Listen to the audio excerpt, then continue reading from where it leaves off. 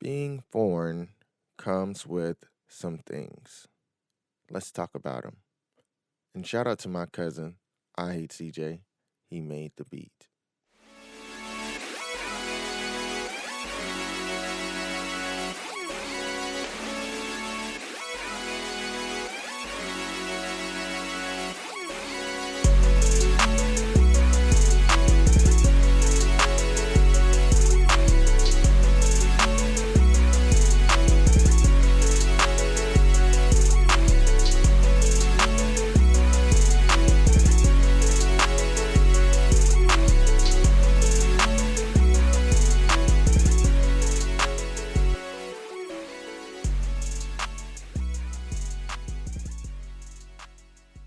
Hey, how you doing today?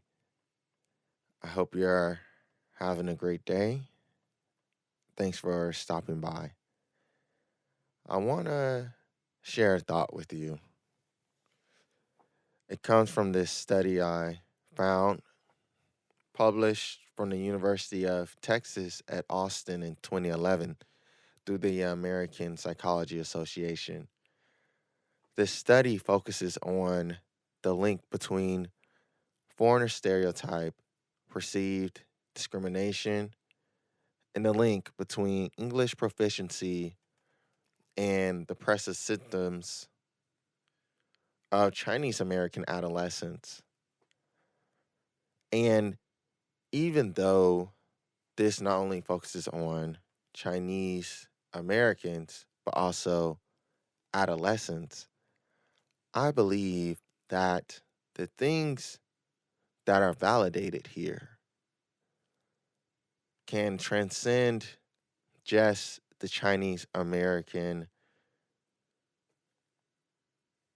let's say, sector or the Chinese American label, but it can also transcend the adolescent sector or label and populations as a whole, not just in America. The study itself, in summary, found a link between English proficiency, being foreign born or not, and class and wealth. It's not uncommon for children to experience some type of discrimination. Some would say it's a normal part of growing up. But those who have experienced such experiences, whether you're in a majority or minority setting or not, I believe would all agree that they would have not liked to experience those times in their lives. They could have had better things going on. Now, the interesting thing also found in this study is that the male and female participants in this study experience their stereotypical interactions differently. The girls experienced it as a perception of daily discrimination, while the boys, they experienced it as victimization. And both of these experiences lead to an increase in depressive symptoms. Now, this is just in children, adolescents. However, At any point in life, can one be perceived as a foreigner? There are things we do in life that takes us out of where we were and places us in a new place where there's a different culture, where there are people who have been there long before we were. They have different jokes, ideas, foods they eat, smells they smell. And entering that new place immediately identifies us as foreign. Now, these experiences have lifelong effects on people who travel to new places. The language barrier is a frustrating experience on both sides. The cultural difference, something that is ingrained really in people as they grow up and develop their own self identities, is something that cannot be simply explained. I don't know, the few time frames that I'm trying to piece together for this interaction here.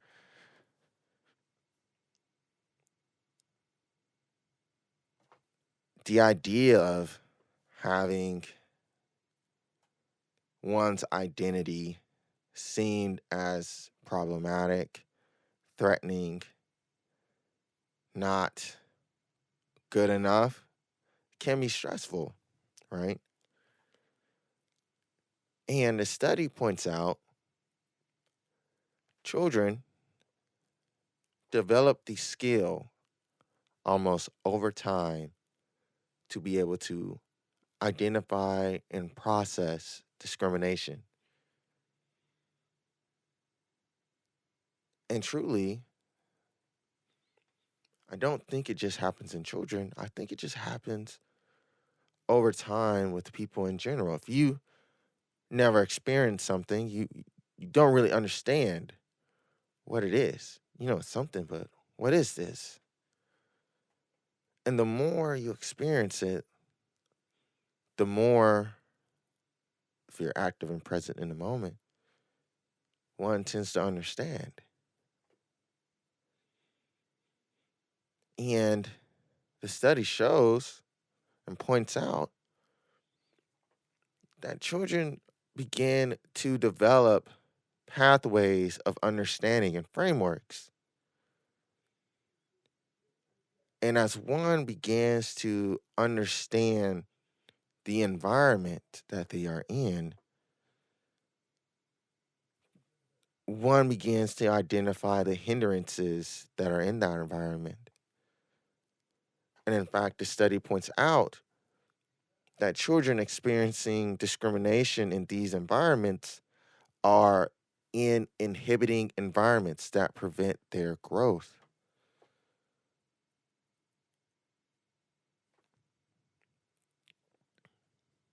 This is more than their school. This is this is life. And it's more than just children, right? It can be applied to any foreigner entering a new place, not experiencing a welcoming hand, because there are inherent barriers when entering a community, right? And most communities don't do it on purpose. It's just like discussed earlier. There's a culture there, there's jokes, there's a norm, there's a pulse there. There are things that the people are used to. And while being devil's advocate here, most people do not mean to be mean, but that does not mean most people aren't mean. I experienced a very interesting situation between two parties. One, a minority female, and one, a foreign male. Both parties experienced discrimination in one way or another. Now, both parties were upset because of how both parties interact with a rule. The minority male young lady, due to her interaction with her peers of the job, before a rule is executed, they discuss, do they need to follow said rule right now in this moment, or can they delay it before they enact it, right? Now, the foreign male, he, on the other hand, has experienced whenever there's a situation for the rule to be enacted, it gets immediately enacted just due to his interaction with people. Now, in the first instance, they meet, the foreign male and the female, they talk. She tries to discuss with him the rule. He just shouts out to her the rule. In confusion, she just gives up communicating and goes on about her way. In frustration, the male has no idea why she just didn't follow the rule. Now, there's another interaction. Comes again, same situation, right? The female again is trying to discuss the rule, the young lady, while the male, is again shouting just the rule. Now, in both instances, you could say both are wrong, both are right, right? Or neither is wrong or neither is right. They're both just interacting. But the clash between the two, right? I don't understand why he just doesn't want to discuss with me. I don't understand why she just won't follow the rule. Both of these two parties experience a stereotype. But the foreign man, right?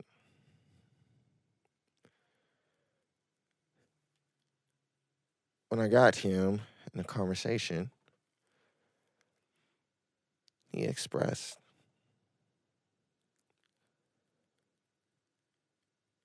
people think they can say anything to me. They don't give me respect. They think just because I have an accent, I can't understand them.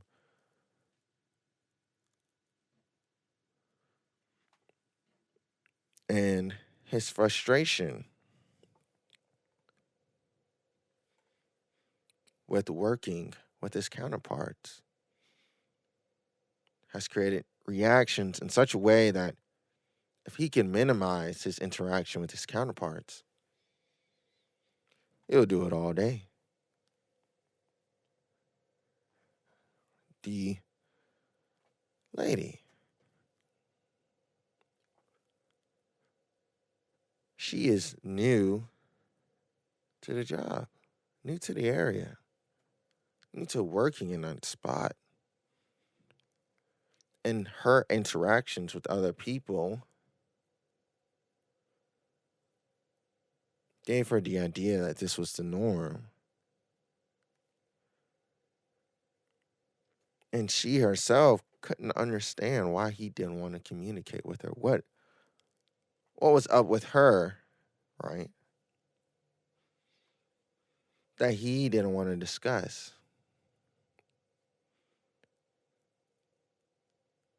That's all she wanted to do. Discuss the rule, right? Because that's what everybody had been doing. That was the culture, the norm.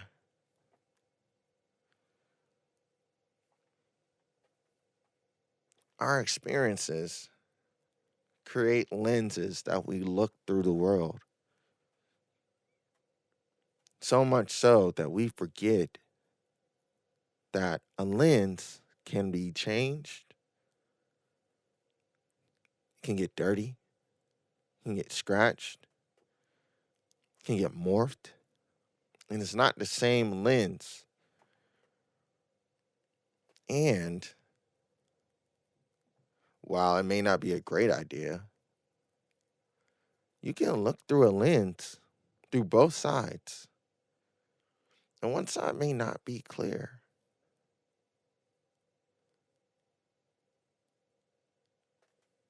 What happened to the children in this study is a blemish on society. And as adults, we have the opportunity in our interactions with other people to not only erase those blemishes from the lenses that people are experiencing in life, but also provide people a new perspective on new environments, on new things, on new people. When you interact with someone new or different, what are you doing?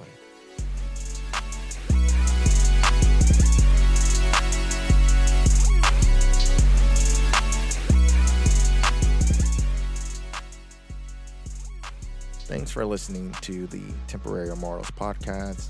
The thoughts and opinions presented here are the thoughts and opinions of the host as an individual, and they do not represent an entity or entities. If you like the podcast and you appreciate your experience here, please feel free to like, comment, heart, download, share. Any form of support is highly welcome. Have an amazing day. We will talk to you next time.